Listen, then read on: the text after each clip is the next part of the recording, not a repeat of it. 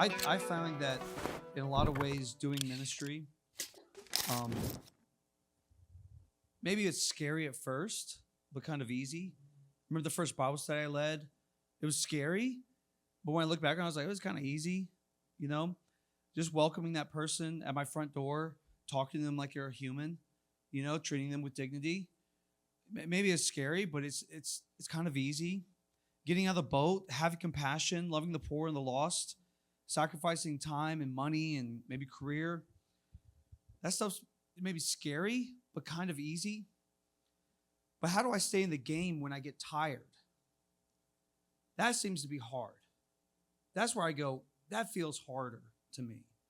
Not getting out of the boat, but actually persevering through the pain of loving people who do not return that love. That seems hard to me. That seems a trial to me. That's where I would say, man, getting out of the boat, again, it's scary. That does take faith. I don't want to lessen that moment of taking that first initial step to say, okay, yes, Jesus, I'm going to try to introduce myself to this person, or I'm going to try to love this person. I'm going to give away some money to, but persevering in love, persevering when you don't feel like it anymore, where it's not exciting, where the momentum has lagged, where the wind of your sails is gone. That's where I go, oh, this is hard.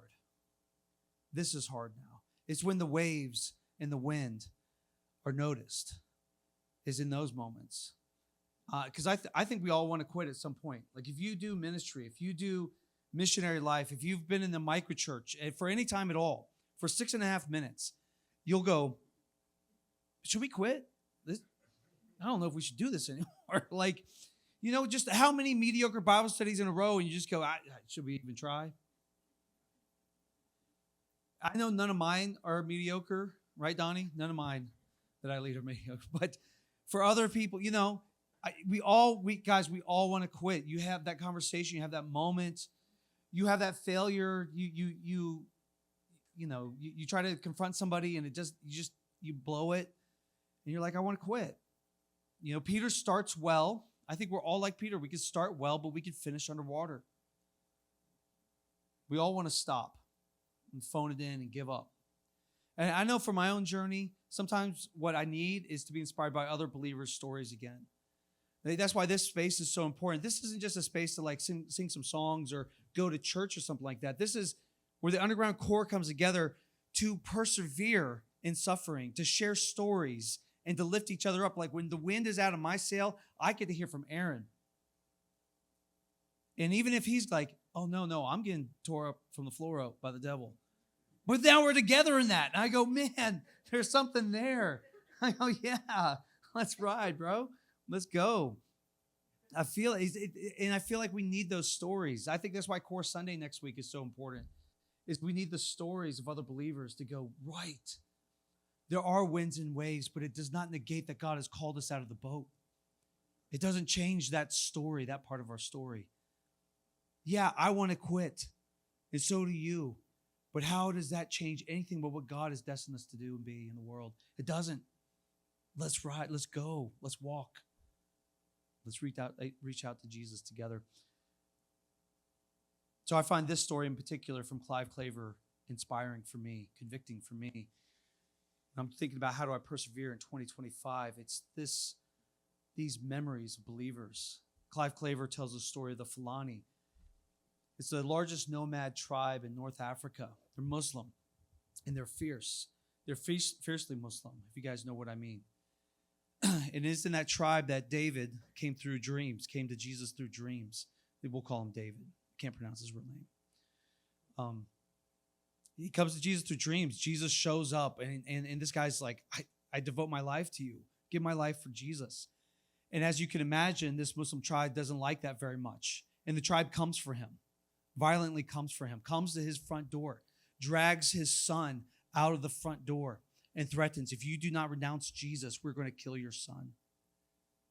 And it was at his front door, the threshold of his home, that they slaughtered his son, his boy. And they murdered him because he would not renounce his faith in Jesus. And he watched it. He watched the future of his family die. He watched his retirement plan die. His legacy died that night. A few weeks later, the man who did the deed, who killed his son, started having dreams of Jesus. And he becomes a believer in Jesus. And the tribe comes for that man. And so he flees to David. He comes to the threshold of David's house and says, will you protect me? He goes to the threshold of the house where the blood is still in the dirt of the murder that he committed of this man's son. He says, will you take me in? I believe in Jesus now, and they're coming for my life. And David, still mourning the loss of his son, forgives this man who killed his son and shelters him from the tribe, says, you cannot come in, you cannot take this man's life. David, for me, is a true believer. I recognize that I am not like him. I feel like this is otherworldly forgiveness. This is love and compassion that I barely recognize in myself.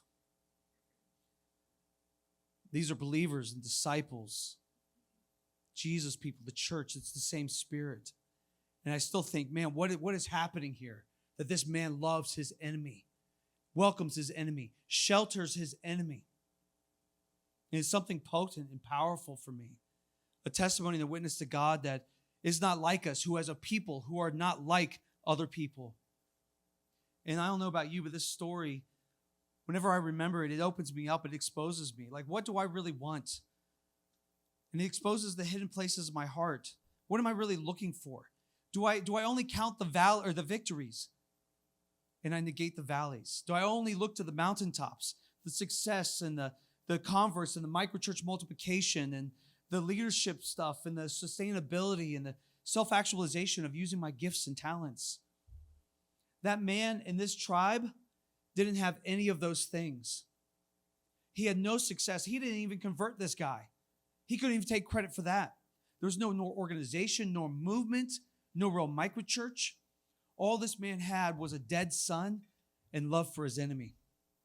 His family name was no longer sustainable, which in a tribe setting means something. All he had was the glory of God.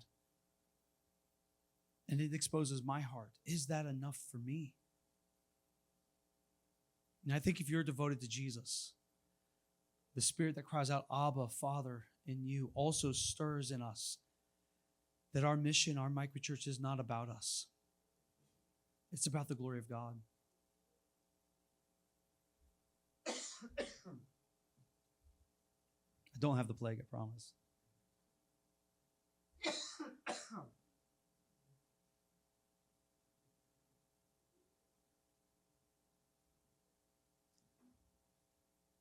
The same spirit that raised Christ Jesus from the dead reminds us that what we actually want is his fame and his glory, in the victories and the valleys.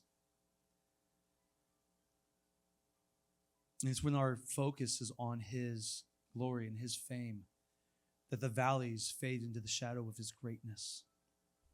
We want him, to be close to him, and to forsake all others.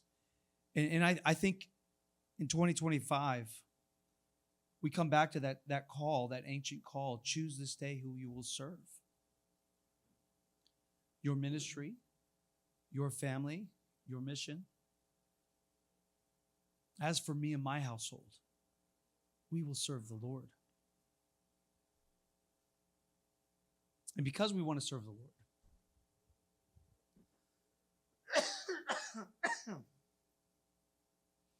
because we want to sit at his feet,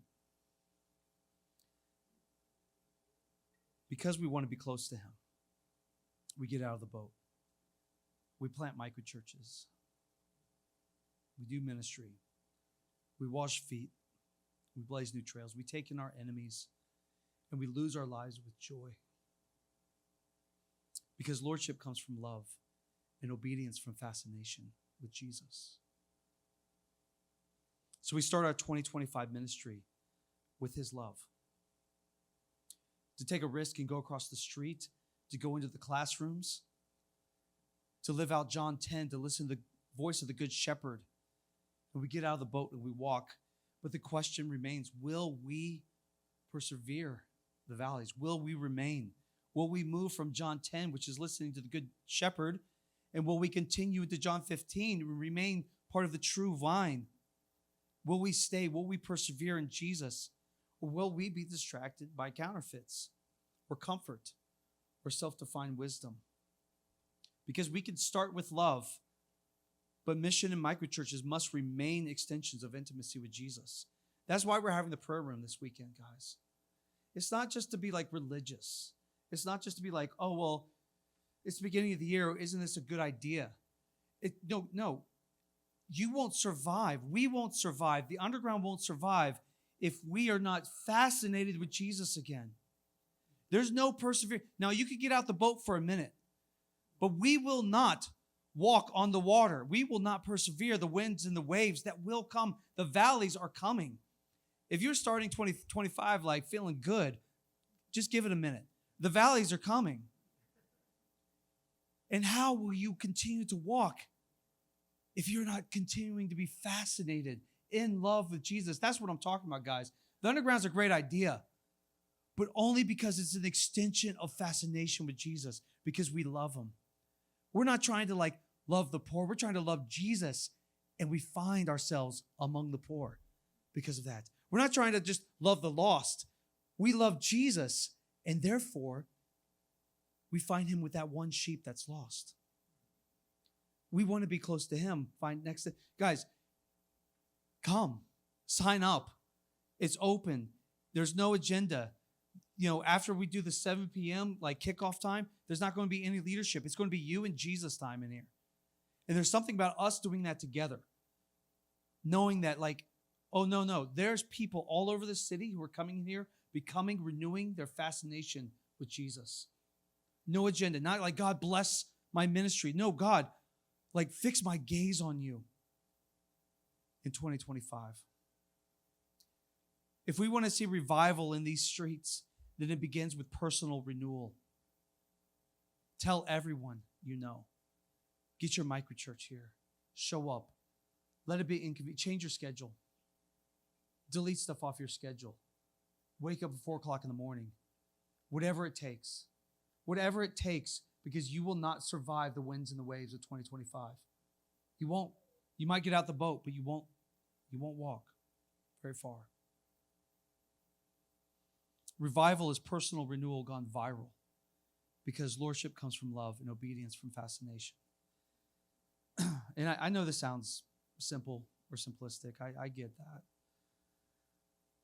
But we need our lives and our ministry governed by his lordship and overshadowed by his presence and covered by his banner of love. The valleys are coming. Will you remain in him?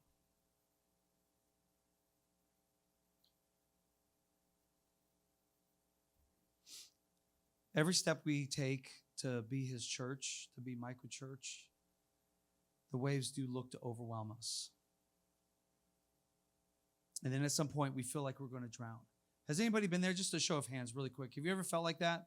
You're doing ministry. Just look around really quick. Just be encouraged for a second. Oh yeah, okay, we're in a good trust tree. You don't have to pretend like your ministry is going that great here. We all suck. I always promise to people oh, you want to come learn about microchurches? Cool. Come, I'll underwhelm you. I promise. Disappoint and underwhelm. I promise. Just lower that bar, man. Emily, maybe you could go ahead and come on up. Have you ever been seasick? Seasick? I know Brian gets seasick. He loves it. He loves seasickness. That's his thing. I think people with ADD, they get seasick easier. They just all over the place, and that's him, man. Just give him a vomit bucket. Let him go to town. A few years ago, I did a bar mitzvah, Christian bar mitzvah for my boys, kind of coming of age. We did a fishing trip for Ezra. Some of you guys may have already heard this story. Coming of age trip. We took him on a big boat, and we caught big fish, and it was super cool. And there should be a picture there of a giant fish, and as big as Ezra. Big giant boat, middle of the ocean, catch fish. And this is like the fishing trip where you had to catch a fish to catch another fish, which I had never been on one of those trips. I was like, whoa, we're catching fish to then catch the fish we really want to catch. I was like, whoa, that's serious, you know? I guess you could just keep going until you get a whale. I don't know. But you got to bait your hooks. And one of the tricks they were saying and it was just choppy. It wasn't even that bad out there. They're like, you got to bait your hooks, but the trick is don't look at your hook, which I was a little confused by because it seems like something that dangerous you don't want to mess up. They're like, don't look at your hook, because if you look at your hook, that's where you'll get seasick. When you focus on something, you'll get seasick. And then they said, if you start feeling sick, if you get seasick, you know what they say to get better? Look to the horizon. Look to the horizon. So when you're hooking, you're actually supposed to kind of look to the horizon while you bait your hook. And if you make the mistake like I did, look at your hook and you start, oh boy, look to the horizon. When your feet feel unsteady, look to the horizon. When your stomach can't handle it and you want to quit and you want to die and you want to give up, look to the horizon. And I'm saying to you, ambassadors of Jesus in 2025, disciple makers, heralds of good news, those called by Jesus to join him in his purposes, in his mission in 2025, pick up your gaze, stop looking at your hooks, and look to him. Look to the horizon. Look to the King. Look to his victory. Look to his triumph at the end. Jump into the waters and into the waves of his purposes, his mission. Join him in the tragedy of this world, the darkness of the land. Find him among the orphans and the addicts and the lost youth. Join him in these waters and these waves, because he is calling you there. And he knows that you actually can't walk on the water, and he calls you anyway. But when you go, look not to the orphans, not to your microchurch, but to the Lamb of God who takes away the sin of the world. Look to the horizon, because all of this ends in this passage with worship. Look, truly, you are the Son of God. It all leads us there. The frightening moment, the winds, the waves, the being battered, walking on water, almost drowning, Lord, save me. It all leads to truly, you are the Son of God. Whether you're alone right now, or you're taking those risks, or you feel like you're drowning, if you look to him, it all leads to worship.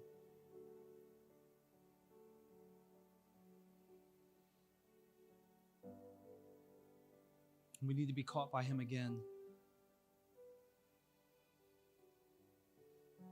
in 2025. I'm wondering if we can end with just a little bit of prayer for each other.